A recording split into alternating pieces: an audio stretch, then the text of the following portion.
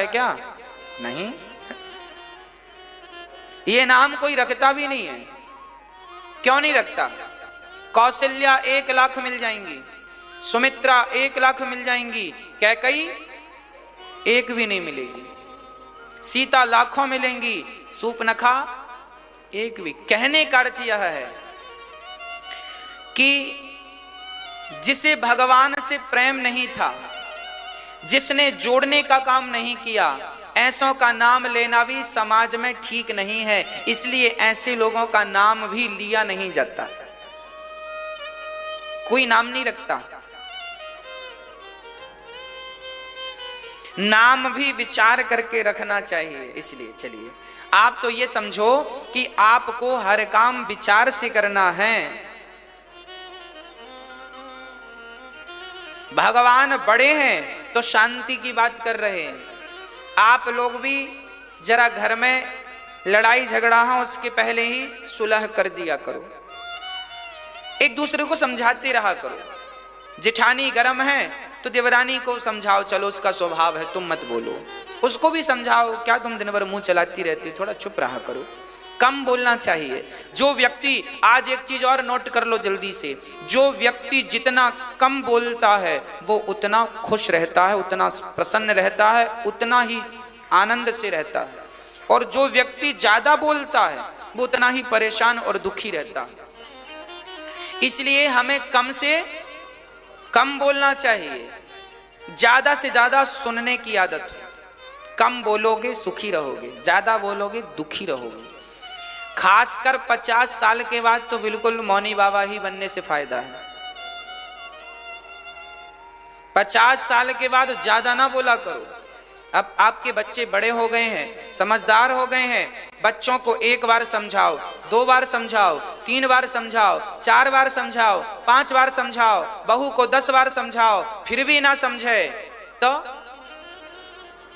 ये उंगली इसके लिए नहीं है, इसके लिए भी है, यहां रखो, बिल्कुल चुप रहो, कोई फायदा नहीं है। रावण को समझाने से कोई फायदा नहीं हुआ हो तो बता दो, सबने समझाया था। उसी को समझाइए जो समझे ही ना, समझाने में एनर्जी गवाने से क्या फायदा। इसलिए हुई है सोई जो राम रची। शंकर जी ने लाख समझाया था माता सती को, मत जाओ राम की परीक्षा लेने, मत, पर कहां समझी। इसलिए ज्यादा ना बोला करो, चुप रहा करो। बच्चे बड़े हो गए हैं, समझदार हो गए हैं, सही गाइडलाइन देना जरूरी है। समझाओ, बोलो 1 बार 2 बार 10 बार, बस खत्म बात। अब चुप रहो, भजन करो भगवान का। चुप रहोगे, मौन रहोगे, स्वस्थ रहोगे, सुखी रहोगे। ज्यादा बोलोगे झगड़े होंगे। और हम अधिकाधिक देखते हैं कि लोग बुढ़ापे में ज्यादा बोलते हैं। बूढ़ी बूढ़ी मैयाएं, बूढ़े बूढ़े पुरुष, इनको लगता है हम ही सबसे बड़े विद्वान हैं, इनको लगता है हमें सबसे ज्यादा तजुर्बा है। देखो, ये तो सही है कि आप विद्वान हैं, ये तो सही है कि बच्चों से लाख गुना ज्यादा तजुर्बा बड़ों को है, पर तुम्हारा तजुर्बा कोई लेने को तैयार नहीं है तो क्यों तजुर्बा कर रहे हो। भगवान श्री कृष्ण भी तो गए थे दुर्योधन को समझाने, शांति से काम कर ले, पांडवों को 5 गांव दे दे, झगड़ा नहीं होगा। पर दिया क्या? नहीं माना। और नहीं माना तो महाभारत में सर्वनाश हुआ कि नहीं। फिर आप बूढ़े लोग ना, आप चुप रहा करो, ठीक है, कितना समझाओगे, समझा दिया, खत्म बात। नहीं समझा तो अब भगवान करेंगे सब। आप चुप रहो, भगवान पर विश्वास रखो। हुई है सोई जो राम रचि राखा, जो बिहारी जी चाह रहे हैं वो होगा। आप तो बस देखते रहो क्या होने वाला, कुछ होने वाला, देखते रहो। क्या करोगे सब, क्या कहें।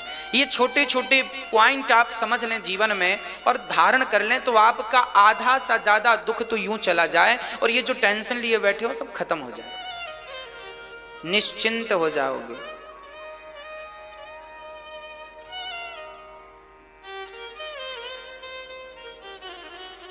भगवान आज दुर्योधन से कहते हैं 5 गांव दे दो, सुई की नोक बराबर नहीं दूंगा। बाद में भगवान से कहता है एक काम करो, मैया ने भोजन बनाया है, चल करके खा लो। भगवान बोले हम तेरे घर नहीं खाएंगे। क्यों? क्योंकि तेरा विचार शुद्ध नहीं है, तेरे हृदय में हमारे प्रति प्रेम नहीं है, श्रद्धा नहीं है। और जिसके हृदय में हमारे लिए श्रद्धा और प्रेम नहीं होता या होती, हम उसके घर भोजन नहीं करते। भगवान नहीं किए। और कहाँ किए? विदुरानी के घर चले गए। और विदुरानी के घर जाकर भगवान ने क्या खाए? केला तोड़ कर लाई विदुरानी। विदुर जी बाजार गए थे कि बढ़िया सामान ले आऊं। गाय के गोबर से उसने आंगन को लीप दिया, भगवान को बिठाया।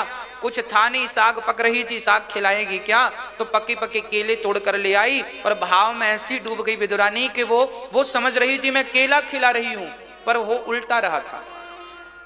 वो छिलका भगवान की तरफ करती और फल को छिलका समझ करके वो फेंकती जाती और भगवान को देती जाती। वो भाव में डूब गई थी। अब भगवान तो भगवान है। भगवान ने कहा यदि भक्त छिलका खिला रहा है तो मैं छिलका ही खाऊंगा। भगवान ने एक बार भी नहीं कहा कि अच्छा हमें और आपको कोई छिलका खिलाए तो हमें लगेगा हमारा अपमान कर रहा है, क्योंकि हम सांसारिक प्राणी है ना, आपके भावों को नहीं समझते। आज का व्यक्ति जो होता है ना मेरी माँ, वो आपके भावों की कद्र नहीं करता। आपके भाव क्या है, आपका प्रेम क्या है, आपके विचार। आजकल विचारों की, भावों का कोई महत्व नहीं बचा। हाँ, विदुरानी ने बड़े भाव से भगवान को छिलके खिलाए। और देखना मेरी माँ, संसार का व्यक्ति भावों की कद्र नहीं करता, पर भगवान तो भगवान है। विदुरानी के छिलके खाए और भगवान तब तक छिलके खाते रहे जब तक विदुरानी भाव से भगवान को खिलाती रही। तब विदुर जी आए, देखा कि भगवान छिलके खा रहे हैं। तुरंत विदुरानी से कहा पागल हो गई हो क्या, ये 56 भोग लाया हूं, तुमने क्या खिला दिया। अब विदुरानी का ध्यान भंग हुआ, रोने लगी, कन्हैया क्षमा करना, मैंने आपको छिलके खिलाए और आपने खा भी लिए, मना क्यों नहीं किया। भगवान बोले मां मैं कैसे मना कर देता, छोटा सा बच्चा, उसे आप कुछ भी खिलाओ, क्या मना करता है? क्यों मना नहीं करता? क्योंकि उसे पता है कि मेरी माँ जो खिलाएगी वो कुछ बढ़िया ही खिलाएगी। मेरी माँ तो मेरा नुकसान नहीं करेगी ना। जैसे उस बच्चे को अपनी माँ पर पूरा भरोसा होता है, उसी प्रकार भगवान को अपने भक्त पर पूरा भरोसा होता है। जो खिला रहा है बढ़िया खिलाएगा। तुम खिलाओ, तुम बासी रोटी खिलाओ नमक के साथ, पर खिलाने में ना वो विदुरानी वाला भाव होना चाहिए। भाव का भूखा हूं मैं, भाव ही एक सार है, पर भाव से भजले मुझे तो भव से बेड़ा पार है। मोहन प्रेम बिना नहीं मिलते, चाहे कर लो कोटि उपाय। कितने भी उपाय हम आप कर लें, पर भगवान बिना प्रेम के मिलने वाले नहीं है। इसलिए भगवान से क्या करना चाहिए? केवल प्रेम करना चाहिए। क्या रखा है जमाने की रिश्तेदारी में? हम तो जी लेंगे परमात्मा की उस यारी में। हम क्या बताएं? अरे जमाने की रिश्तेदारी निभा निभा के परेशान है। हम रिश्तेदारी जमाने से निभा रहे हैं, भगवान से कब निभाओगे? और इन रिश्तेदारों में क्या कहो साहब, आप ना किसी के साथ 1 लाख बार अच्छा करना, आप किसी के साथ 1 लाख बार अच्छा करना, पर एक बार